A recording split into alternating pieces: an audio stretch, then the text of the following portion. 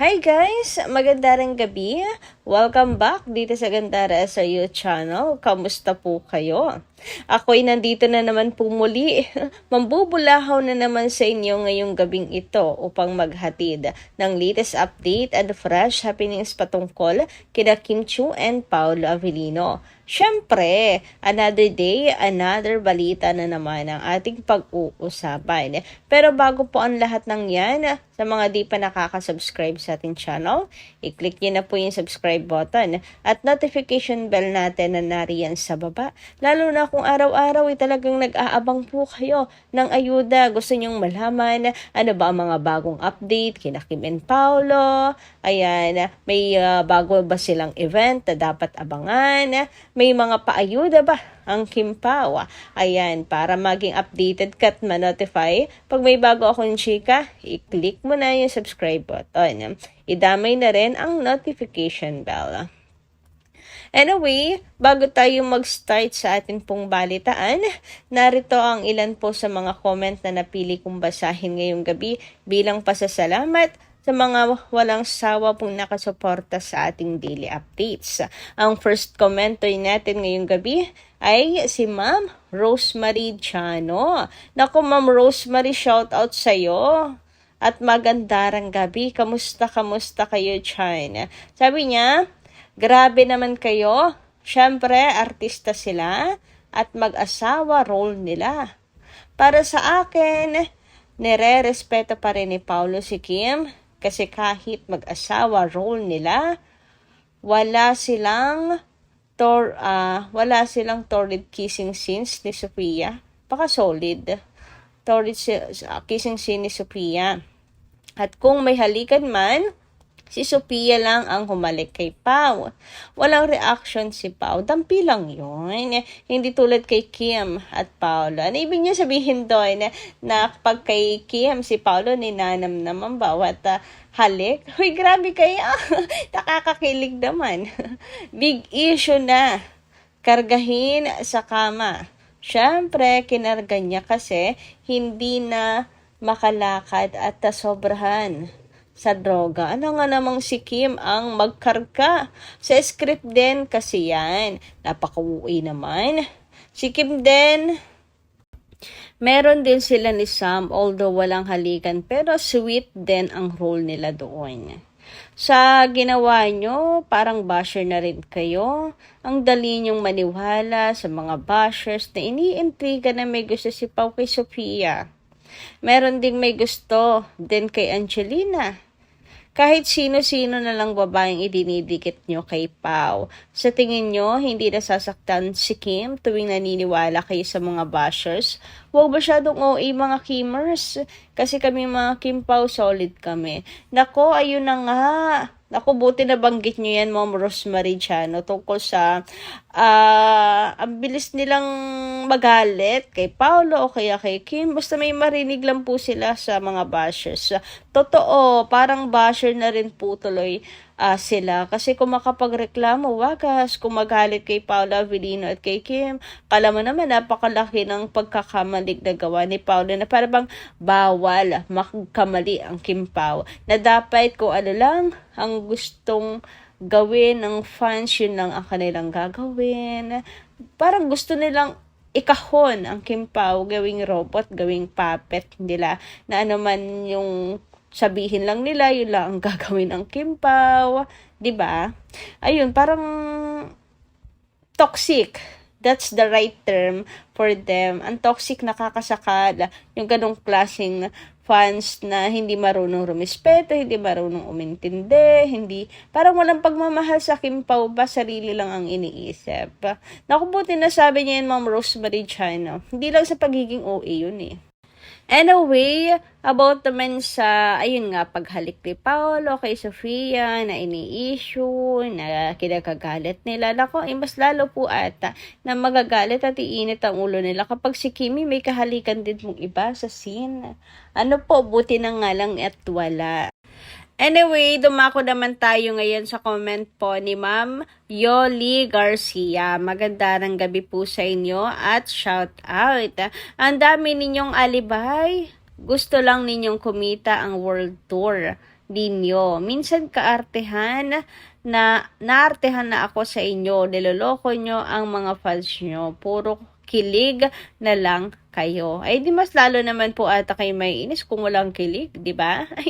Di ba Ma'am Yoli Garcia, relax lang, masyado kayong sa Kim Pao Gina Gia. Pero ganun talaga, di ba? Kaya nga po sila nagpa-fan service para po sa mga Kim Pao fans. Ganun talaga, para kiligin po ang mga fans nila Kim and Paolo. Since marami pong shippers. Okay po. About naman sa pag-amin, bakit hindi pa rin umaamin? Paulit-ulit na lang po tayo dyan. Diba tulad ng sabi ko sa inyo, kilalanin nyo rin po si Kim and si Paolo Avellino. And hindi nyo na kinakailangan magtanong kung bakit. Kung alam nyo at nakapanood na kayo ng mga dati interview ni Kim and Paolo, lalong-lalo ni Kim, okay?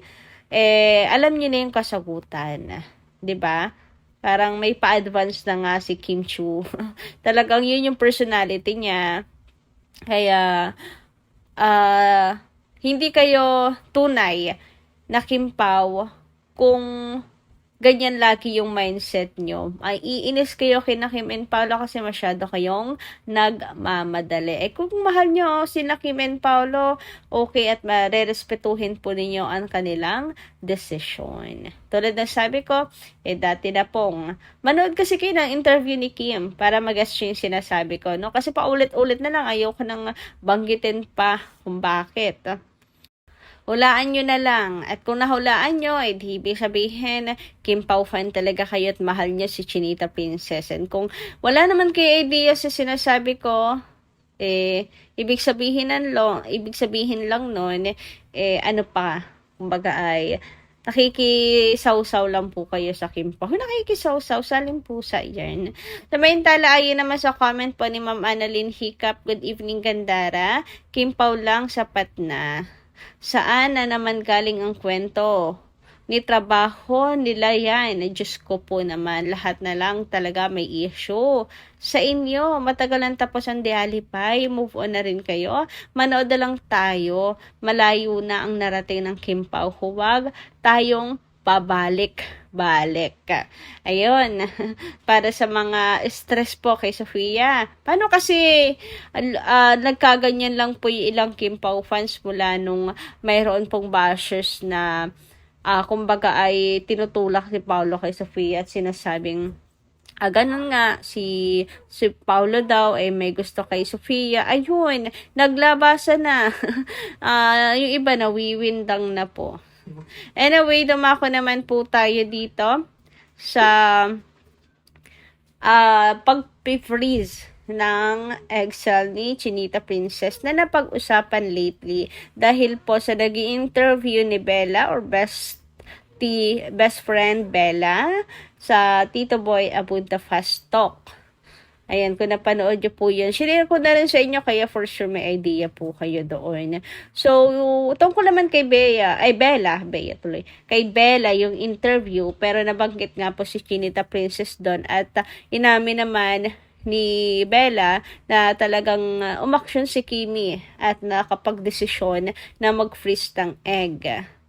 And yung iba naman, ginagawang, kumbaga ay, nega about po doon, which is wala naman ako nakikitang mali. Nega sila kasi it's a sign daw na ayaw ni Kimi na magkaroon ng asawa dahil nagpi-freeze na ng egg. Kasi kung gusto niya, in a normal way sana. Ayan, sabi dito, good decision yung ginawa na mag-freeze habang healthy pa yung eggs. Hindi naman ibig sabihin na hindi na magpapakasal or mag-aasawa. Anong klaseng thinking yan? Mahirap mabuntis lalo na kung nasa late 30s na. Kaya nga andun agad sila sa sa hindi na mag-aasawa, hindi na magpapakasal si Kimi, nanigurado na, nag-freeze na ng eggs, ganyan. Grabe bakit may mga ganong thinking?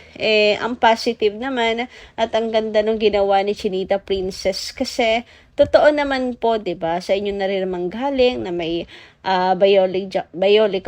biological clock ang mga babae at may hirapan na talaga magbuntis, may hirapan ng mga anak kapag 40s na, 30s, ganyan.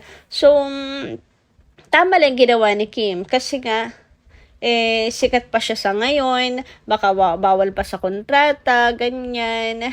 Kaya sinusulit lang din. And alam naman natin si Kimi, gusto po niyang mag-asawa, gusto po niyan na ikasal sa simbahan. Manood kayo na interview ni Kimi, pangarap po niya na makasal sa simbahan. Ibig sabihin lang nun ay gusto po ni Kim magkaroon ng sariling pamilya. Kaya wag kayong negad dyan. Wag niyong gawa ng issue ang papaplease ni Kimi ng kanyang Excel. Maigi nga po yun, di ba? And di rin naman natin alam, who knows, di ba, in the future, kung sino ang mapapangasawa nitong si Kimi. But of course, tayo'y umaasa and nananalangin na sana'y Kim Pao na nga or si Paula Avellino na ang huling lalaki sa buhay ni Chinita Princess, di ba? Ayaw na rin kasi natin na masaktan pa ulit si Kimi. So, ayun, ang huli ko lang masasabi, si Kim po ay pangarap na makasal sa simbahan. Kaya, wag po kayong mapraning or kung ano-anong pinagsasabi na si Kim ayaw magpakasal, si Kim ayaw na mag-asawa. Dahil lang po doon. So, yun lang po muna yung ating update ngayong gabing ito. Yun lang po yung ating masasabi. And kita-kisa lang po tayo muli sa mga susunod pa nating chika. Marami pong salamat. Ingat kayo palagi.